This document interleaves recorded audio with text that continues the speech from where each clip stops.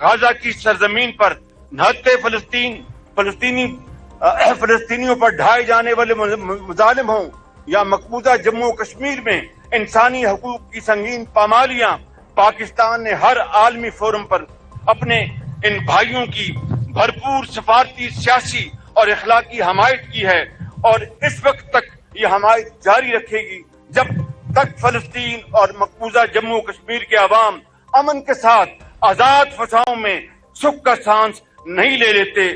پاکستان نے دہشت گردی کے خلاف جنگ میں بے مثال اور لازوال قربانیاں دی ہیں۔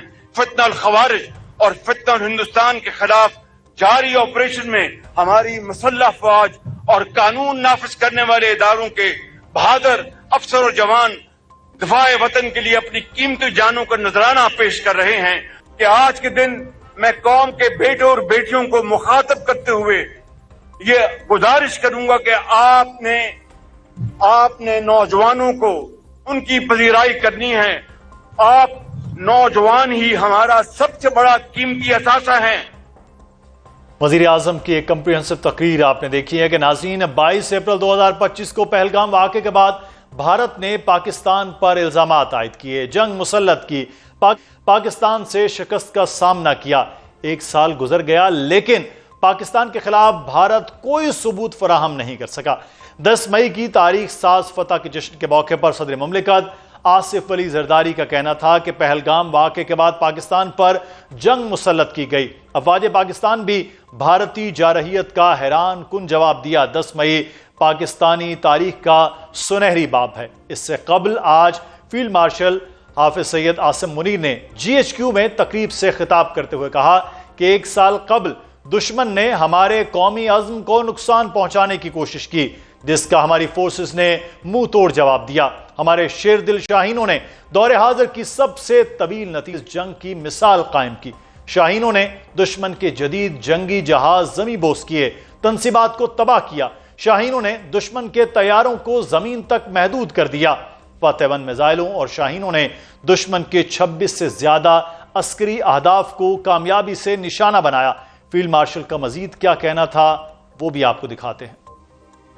محض 2 ممالک یا افواج کے درمیان لڑی جانے والی روایتی جنگ نہ تھی، بلکہ در حقیقت یہ 2 نظریات کے درمیان ایک فیصلہ کن معرکہ تھا، جس میں اللہ کے فضل سے حق فتح یاب اور باطل ہزیمت سے دوچار ہوا۔ ہندوستان ایک بار پھر اپنی فرسودہ سوچ اور خود فریبی کا شکار ہوا۔ قوم کی امنگوں کے عین مطابق اس بار جواب مارکہ حق آپریشن بنیان مرصوص کی صورت میں دیا گیا۔ ہم مارکہ حق کے عظیم شہداء کو کبھی بھلا نہیں سکتے۔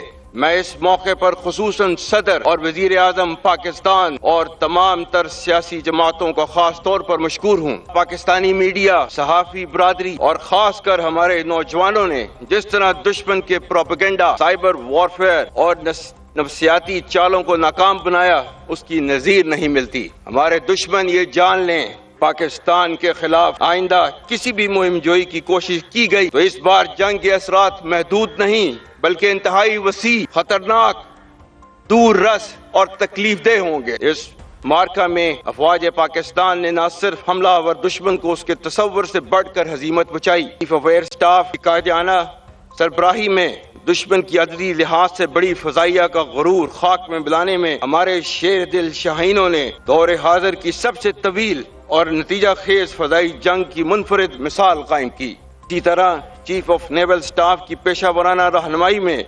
پاکستان کی بحری سرحدوں پر ہمہ وقت نگرانی اور مستعد دفاع نے دشمن کے بحری بیڑوں کو پاکستانی حدود سے سینکڑوں میل دور روکے رکھا۔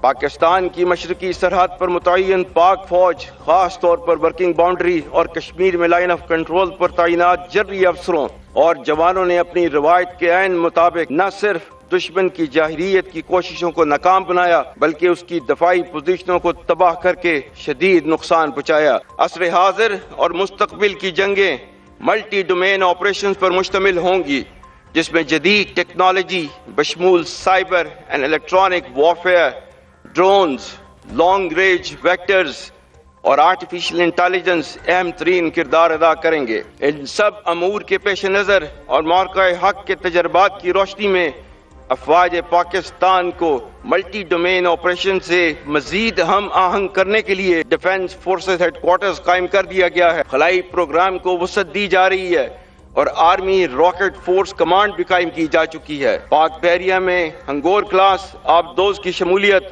پاک فضائیہ کے لیے جدید ترین جنگی جہازوں کا حصول اور فتح میزائل سیریز اسی عزم کے تسلسل کی چند ایک مثالیں ہیں. دفاعی تیاری کے یہ سفر صرف نئے ہتھیار خریدنے تک کا نہیں بلکہ نئی سوچ، تربیت اور تحقیق سے بھی ہے.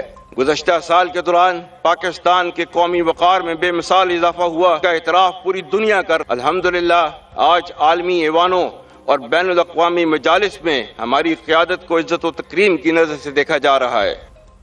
ناظرین، فیلڈ مارشل کی تقریر میں واضح ہو گیا کہ پاکستان ہر طرح سے تیار ہے. ناظرین، 10 مئی کی تاریخی دن کو آج 1 سال مکمل ہو چکا ہے. پاکستان کے ہاتھوں بھارت کو ملنے والی تاریخی شکست کے بعد پاکستان دنیا کے نقشے پر ایک نئے انداز میں ابھر کر سامنے آیا ہے.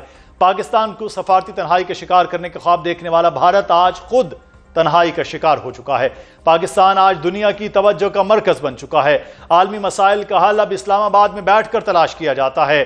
ایران امریکہ جنگ ہو یا لبنان اسرائیل تنازع، تمام فیصلے اسلام آباد میں بیٹھ کر کیے جا رہے ہیں. عالمی منظرنامے پر ہر طرف پاکستان دکھائی دیتا ہے، جبکہ مودی کا بھارت آج کہیں نظر نہیں آ رہا ہے. آج کے دن پہ اور صورتحال پر بات کریں گے.